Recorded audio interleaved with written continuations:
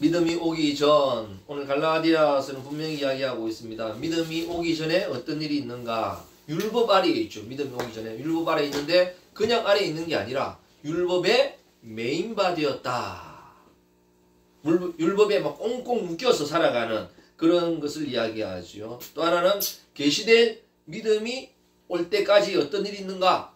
뭐 묶여있는 정도가 아니고 갇혀 있었다. 그렇게 이야기를 하고 있습니다. 참 율법이 이토록 어마어마하지요. 묶어놓고 가두어 놓을 수 있는 권력이 있는, 그러니까 힘이 있는 그게 율법입니다. 율법이 어마어마하죠. 그 율법 아래 있었던 것을 이야기합니다. 요즘 시대에서 율법주의다 이러면 뭐 이해를 못할 수 있을 것입니다. 그러나 남의 이야기가 아니라 우리나라의 지금 상황을 봐도 어떤 시대를 살아요. 예? 율법주의 하면 손가락질 하겠지만 지금이 법률 만능주의로 살아가고 있습니다. 모든 것을 어떻게 해요? 법에 의해서 하고 있습니다. 좋은 쪽으로 법에 의하면 좋은 것인데, 좋은 쪽으로 법에 의해서 하는 건 좋은 건데, 사소한 것 하나하나까지 뭐더래요?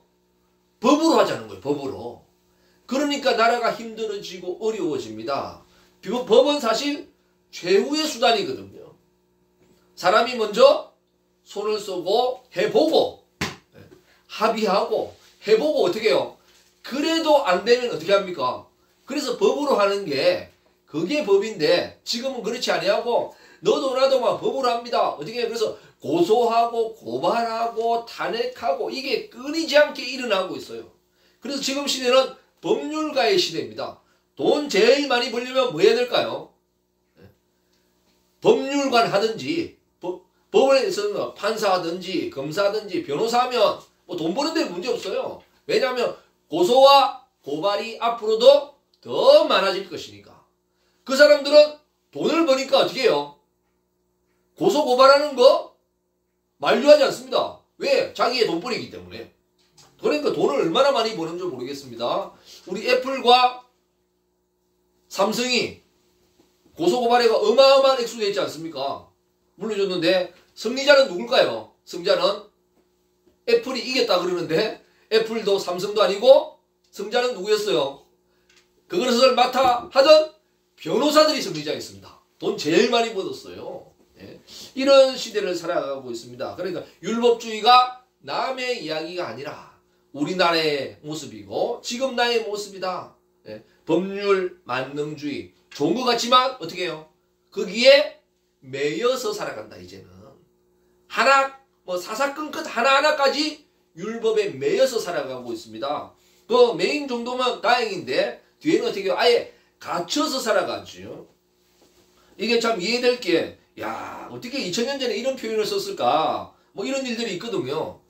재판 받기 전에 어떻게 해요? 먼저 구속이 됩니다. 구속이. 그렇죠. 구속이 되는데 구속되는 사람 중에 어떤 사람이 있습니까? 주거지가 일정하고 도주의 우려가 없고 증거인멸의 우려가 없으면 어떻게 돼요? 구속 상태에서 풀어줘요.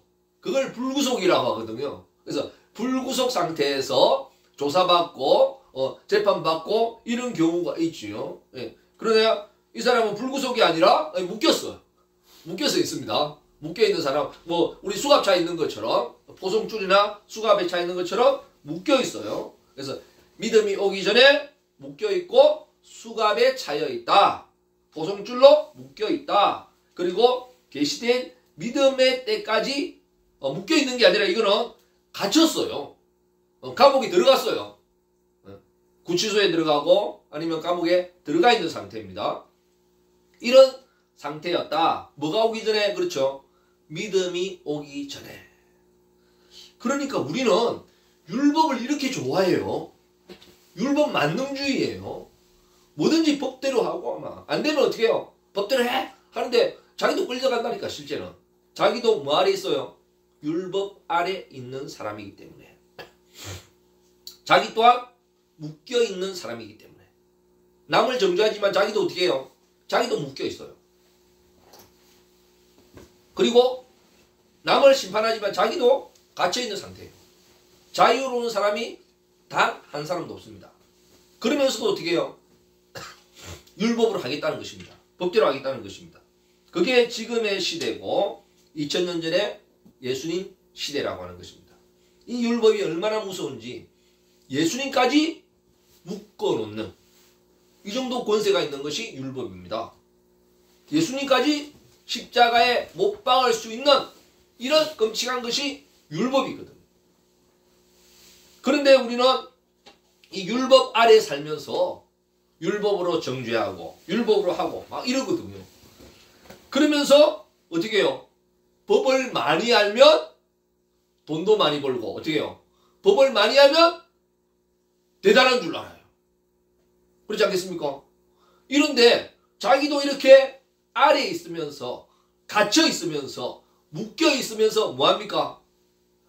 다른 사람을 오히려 자기가 누르고 묶고 가두는 이런 시대를 살아가고 있죠. 참 안타까운 시대를 살아간다고 하는 것입니다. 예수님의 시대 또한 마찬가지였고 그러니까 필요한 것이 뭔가? 지금 율법으로 다 하는데 율법이 필요한 시대가 아니라는 거죠. 지금은 법률은 넘쳐나요. 넘쳐난다니까요. 또 안 되면 또 다른 법을 만들 거예요. 또 다른 법을 만들 거예요. 국회가 법을 만드는 데인데 국회가 안 되면 어떻게 해요? 자기가 불리하다 싶으면 또 법을 만들더라고. 또 법을 만들어요. 그러니 끝나는 힘이 없습니다. 무엇이 필요한가? 믿음이 필요하다는 거지요. 믿음이 와야 된다는 거죠. 믿음이 오기 전까지 이런 일인데 믿음이 오면 이런 문제가 해결되는데 어떻게 해요? 율법 아래에서 지금도 매여서 몸부림치고 남들을 묶고 가두고 이런 일을 하고 있다는 거예요. 서로 간에. 그러니까 율법으로는 해결됩니까? 안 됩니까? 결단코 해결 안 되지요. 1심, 2심, 3심 아니라 대법원이 아니라 헌법재판소가 아니라 뭐라도 안 됩니다. 결국은 무엇이 되는가? 믿음이 와야만 된다. 참 놀라운 진리인데 뭐 이해할 수 없는 거죠. 그게 말이 가능한가 생각하지만 여기에 믿음은 우리가 생각하는 믿습니다. 그 정도가 아닌 것 같아요. 믿음이 다가오고 있어요. 믿음이 우리 앞에 뭐하고 있습니까? 걸어오고 있다니까요. 믿음이 계시됩니다. 나타나요. 어떻게 계시됩니까? 있는데 문을 확 열고 들어오는 게 계시거든요. 그렇죠? 겉에를 확 헤치고 믿음이 우리 앞에 보여지고 있다니까요. 이 믿음은 내가 그냥 믿습니다 하는 이 정도 믿음의 차원이 아니고 이 믿음은 어떤 믿음이에요? 인격적인 믿음, 살아 움직이는 믿음, 믿음의 근원, 믿음 그 자체를 이야기하는 거죠. 이 믿음으로 오시는 예수님을 이야기하는 것입니다. 그러니까 이 믿음에 무엇을 바꾸면 이야기가 쉬운가 하면 이 믿음이라는 말에 예수님이라고 하는 것을 딱 넣으면요. 이 본문의 말씀이 이야기가 너무 쉽습니다. 믿음이 오기 전에가 아니고 어떻게 해요?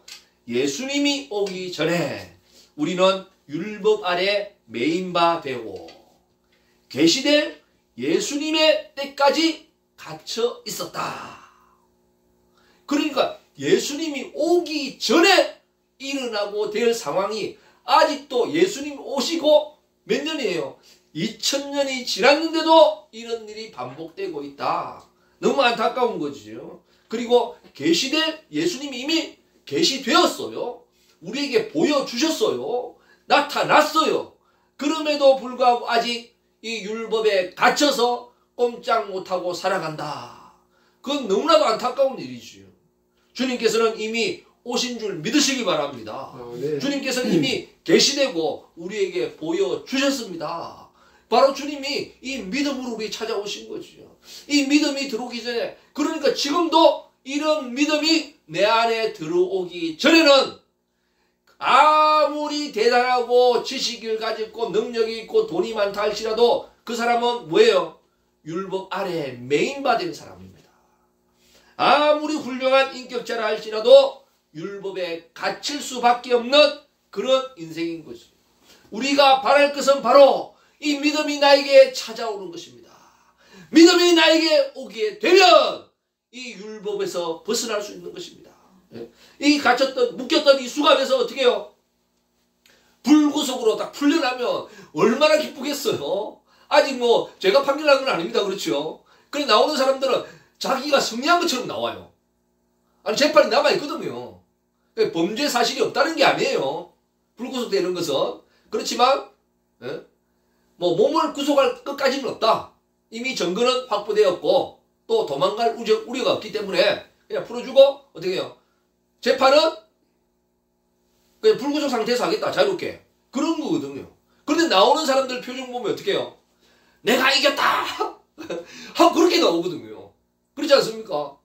그럼에도 불구하고 우리는 한 모습을 보세요. 주님이 이미 오셨어요.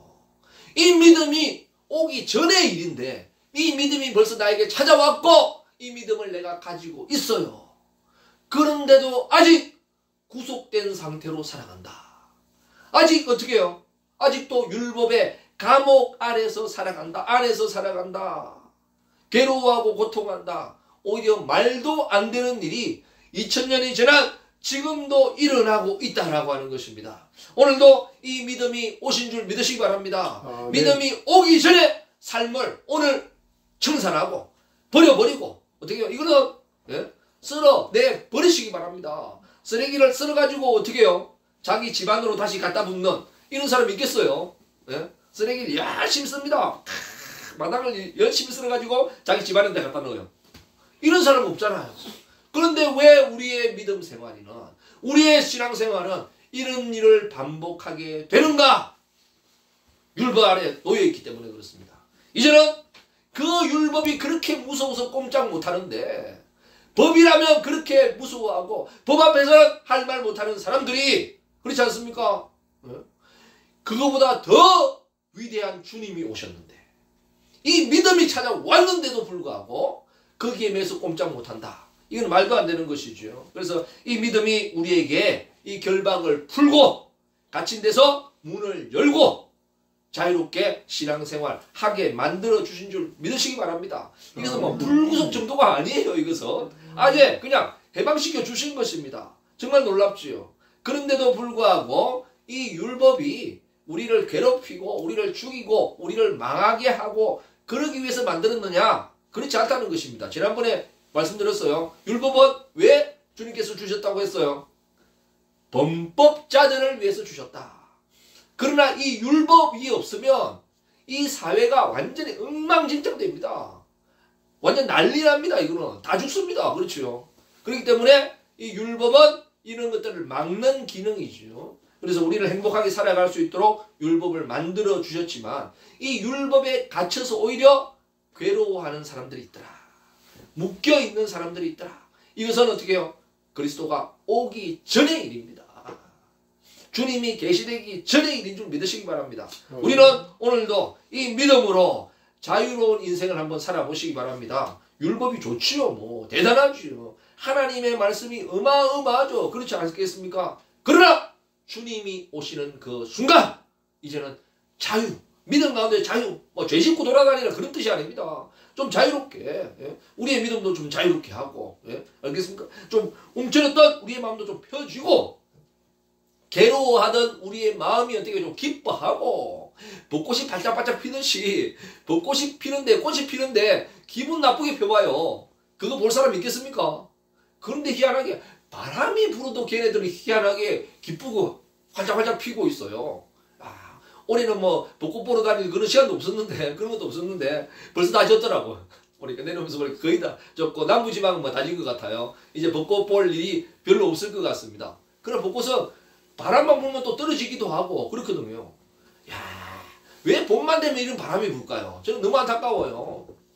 그거 아니면 조금 벚꽃이 좀 더 오래 갈 텐데 희한하게 또 벚꽃만 피면 비가 내려. 올해는 좀 비가 잘 작기는 했는데 희한하게 벚꽃만 쫙 피면 비가 내려요. 그리고 땅에 다 떨어지거든요. 너무 안타깝더라고요. 그런데 왜 그럴까요? 그게 하나님 섭리죠. 그런 가운데서도 자기들은 사명을 다하고 활짝활짝 피고 있습니다. 야, 저는 예전에 도시고속도로 달릴 때 거기에도 벚꽃 쫙 있거든요. 부산 도시고속도로에 달리는데 벚꽃이 떨어지는데 바람에 날려가지고 벚꽃 눈이 내려요. 어떨 때는 뭐 그러니까 처음에 말고 질기 질 때 보면 벚꽃은 떨어질 때도 아름다워요. 그래서 보면 몰고 가면 눈처럼 내려 눈처럼 내리는데 그 꽃눈입니다. 네. 그래서 진짜 우리 첫눈보다 더 아름다운 게 꽃눈이에요. 내리는데 그런데 바닥에 있잖아요. 차들이 가니까 이 바람이 일지 않습니까? 그 떨어진 요게 굴러가는데 그냥 굴러가는 게 아니라 통통통 치면서 굴러가요. 참 떨어진 꽃도 아름답다. 예? 짓밟히는 꽃도 아름다워요. 통통통통 뛰면서 굴러가는데 예? 참 세상에 이런 긍정적인 눈으로 보면 얼마나 아름다운 게 많은지. 그 떨어지면 얼마나 비참하겠어요. 자기 입장에서는. 그 아름답게 통통통통 튀면서 굴러가는데 이야 정말 아름다운 모습입니다. 이 세상도 마찬가지입니다. 율법의 눈으로 보면 괴로워서 못 보지요. 괴로워서 못 살죠. 주님은 알고 계세요. 그렇기 때문에 믿음이 와야 한다. 믿음이 올 때까지 좀 버텨봐라. 믿음이 오는 순간 결박이 풀릴 것이다. 문이 활짝 열릴 것이다. 이제는 한번 믿음으로 한번 살아봐라. 아멘. 그런데 왜 아직까지도 율법으로 살아가는지. 주일 성수하지 말라는 거 아닙니다. 하나님 말씀대로 살지 말라는 게 아니에요. 그러나 왜 율법으로 살아가는지 안타깝다는 거죠. 이제는 믿음으로 당당하게 살아가는 그런 역사 있길 바라겠습니다. 아멘. 율법이 결코 나쁜 것이 아닙니다. 24절은 이야기합니다. 율법이 우리를 누구에게 인도하여요? 그리스도께 인도하기 위해서 율법이 있는 거거든요. 왜 우리의 손을 묶었습니까? 왜 강아지에게 목줄을 채웠습니까? 그 이유가 뭐겠어요? 주님께 인도하기 위해서 그렇죠. 나에게 목줄을 채워놓지 않았다면 어떻게 주님께 가는 것이 아니라 세상으로 가고 어디로 갔다가 벌써 갔을 사람이지요. 요게 묶어놓은 게 나를 살렸고 나는 좀 괴롭고 힘들었지만 묶여있는 게 괴롭고 힘들었지만 어떻게 해요? 이 묶여있어 가지고 어떻게 해요? 살아서 주님께 가게 됐다는 거죠. 아멘. 야, 이게 율법의 기능이거든요. 율법의 진짜 무슨 이런 것이지요. 그리고 왜 나를 이렇게 구속하냐고 하는 것마다 왜 이러냐고 정말 제버려 주세요. 나는 집 나가겠다고 나는 못 있겠다고 뭐 그런 사람 많이 있겠죠. 있을 수 있겠습니다. 그러나 왜 우리를 가두어 놓는가? 누구에게로 인도하기 위해서요? 주님께로 인도하기 위해서입니다. 주님 만나게 하기 위해서 그렇다니까요. 그 시절 그랬던 것이 누구예요? 주님 만나기 위해서 그랬구나. 나에게 이런 믿음의 확신을 가지기 위해서 이렇게 하셨구나. 이게 이해가 되잖아요. 그렇지 않습니까? 이게 율법의 참된 기능인 줄 믿으시기 바랍니다. 정말 놀랍고 대단하지요. 그래서 초등교사, 지난번에는 뭐라고 했나? 몽학선생, 어린아이에게 가르쳐. 어린아이에게. 어린아이 모르잖아요. 그러니까 아무것도 모르는 철부지에게 하나하나 가르칩니다. 그런데 신기한 것은 세상 살아가는 모든 법은 어디서 배워요? 유치원에서 배우는 것이죠. 어릴 때 이미 다 배웠어요. 그것만 가지고도 살아갈 수 있어요. 대학교 가서 대학원 가서 전문 기술을 배워서 그거로 사는 것 같지만 진짜 예의 범절이라든지 어떻게 하는 인사법이라든지 그런 거 진짜 중요한 것은 어디서 다 배웠어요? 어릴 때 다 배웠죠. 이 초등교사인 율법에게서 이미 배웠습니다. 우리가 배운 대로 하면 되는 거죠. 그러면 살아가는 데 지장이 없습니다. 그러면서 이야기하고 있습니다. 이 초등교사가 되어서 어떻게 예수님께 인도하고 초등교사가 되어서 어떻게 해요? 믿음으로 말미암아 어렵다 함을 얻게 합니다. 아멘. 이 율법이 우리에게 무엇을 자꾸 이야기하는가? 그러면서 어떻게 해요? 믿음으로 말미암아 어렵게 만들어준다는 것이에요. 율법이 율법으로 인해서 율법으로 끝내는 게 아니고 율법은 주님께로, 율법은 믿음으로, 율법은 믿음으로 어렵게, 율법으로 어렵게가 아니고 율법으로는 정죄를 받습니다. 율법으로는 어떻게 해요? 마땅히 죽습니다. 이 율법이 우리에게 주기로 다가오는 것이 아니라 어떻게 해요?